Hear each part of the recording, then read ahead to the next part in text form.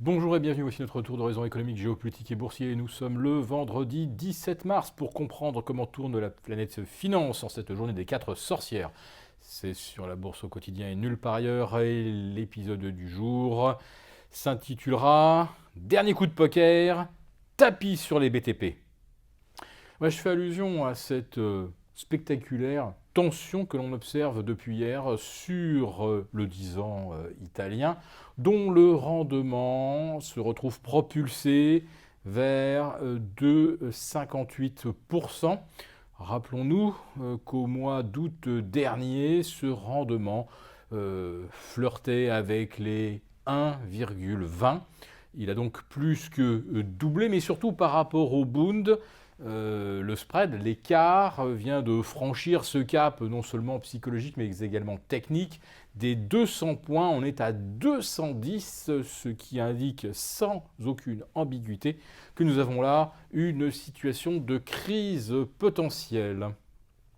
Et pourtant, les marchés ne s'en émeuvent pas. C'est normal, c'est la journée des 4 sorcières et on boucle le premier trimestre en beauté, si on peut dire, tous les indices étant quasiment sur leurs records historiques. D'ailleurs, pour le CAC 40, nous y sommes. Et l'indice CAC 40 Global Return vient d'inscrire ce matin un nouveau record historique absolu au-delà des 12 440 points. Oui, on avait un CAC 40 à 5030 points vers 11 heures au moment de la compensation des contrats sur l'Eurostoxx.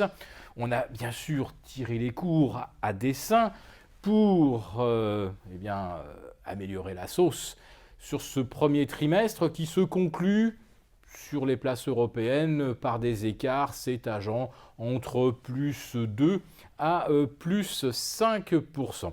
Le CAC 40 à 5030, en fait, il ne fait pas une performance spectaculaire depuis le 1er janvier. On est autour de plus 3%, ce qui fait bien pâle figure en regard des 9,5 engrangés par le Nasdaq ou les 6% affichés par le S&P qui, hier, a inscrit une 107e séance. Alors c'était une séance de légère consolidation, mais ça fait 107 jours que l'on n'a pas eu de consolidation supérieure à moins 1%. Alors qu'est-ce qui dope le CAC 40 ce matin qui lui permet d'aller chercher ce nouveau record historique absolu sur le CAC 40 Global Return, celui qui bénéficie du même mode de calcul que le DAX, donc on peut comparer comme ça ce qui est comparable.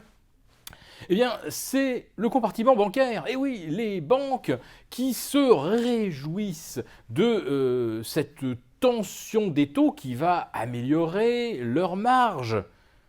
C'est un petit peu comme si on se disait que après l'explosion de Fukushima, eh bien on se réjouissait parce que ça faisait grimper les ventes de compteurs Gégère et de tenues étanches anti-nucléaires.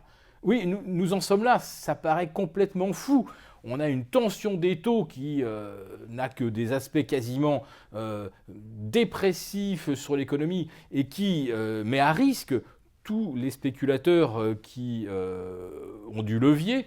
Nous vous rappelons que le Libor affiche maintenant pratiquement 100 points. On était à 0 il y a 6 mois. Vous voyez un petit peu de combien les couvertures aujourd'hui coûtent plus cher. Mais non, ce matin, on nous explique que la hausse du compartiment bancaire est un excellent symptôme et que cela nous ouvre des horizons merveilleux. Alors nous ne voyons pas très bien lesquels parce que si les taux augmentent, et notamment les taux longs, nous ne savons pas trop comment cela va soutenir par exemple le secteur immobilier. Et puis nous avons de toute façon un vrai problème aux États-Unis au niveau du pouvoir d'achat depuis déjà plus de 6 mois. Et au-delà même du pouvoir d'achat, plombé bien sûr par le coût d'Obamacare, de la santé, etc., la hausse des taxes qui, elle, continue, l'envolée du prix des inscriptions dans les universités. Il y a un autre phénomène, c'est que les salaires ne progressent plus depuis le début de l'année. Alors ça, on embauche. Alors on a embauché à tour de bras. On est à plus 500 000 depuis le 1er janvier. Nous aimerions bien connaître la ventilation exacte de ces emplois surgis miraculeusement, mais ce que l'on constate, c'est qu'il n'y a pas plus de pouvoir d'achat et surtout que les salaires sont quasiment gelés, ce qui pose de vrais problèmes au niveau de la consommation, qui est à 70% le moteur de la croissance américaine. Et le graphique sur 5 ans est assez éloquent. Vous voyez le pouvoir d'achat et les salaires grimper jusque vers plus 3,5% rythme annuel jusqu'en 2014. Et depuis, ça retombe. Et on passe même maintenant en négatif en ce début d'année 2017. Alors, nous sommes dans un système évidemment de falsification permanente des statistiques. Vous avez une Fed qui vous annonce 1,8% de croissance en 2017, alors qu'on sait très bien qu'en instantané, nous n'avons même pas la moitié de cette croissance, et que sans hausse du pouvoir d'achat, sans hausse des salaires, il n'y aura carrément plus de croissance du tout d'ici le milieu de l'année.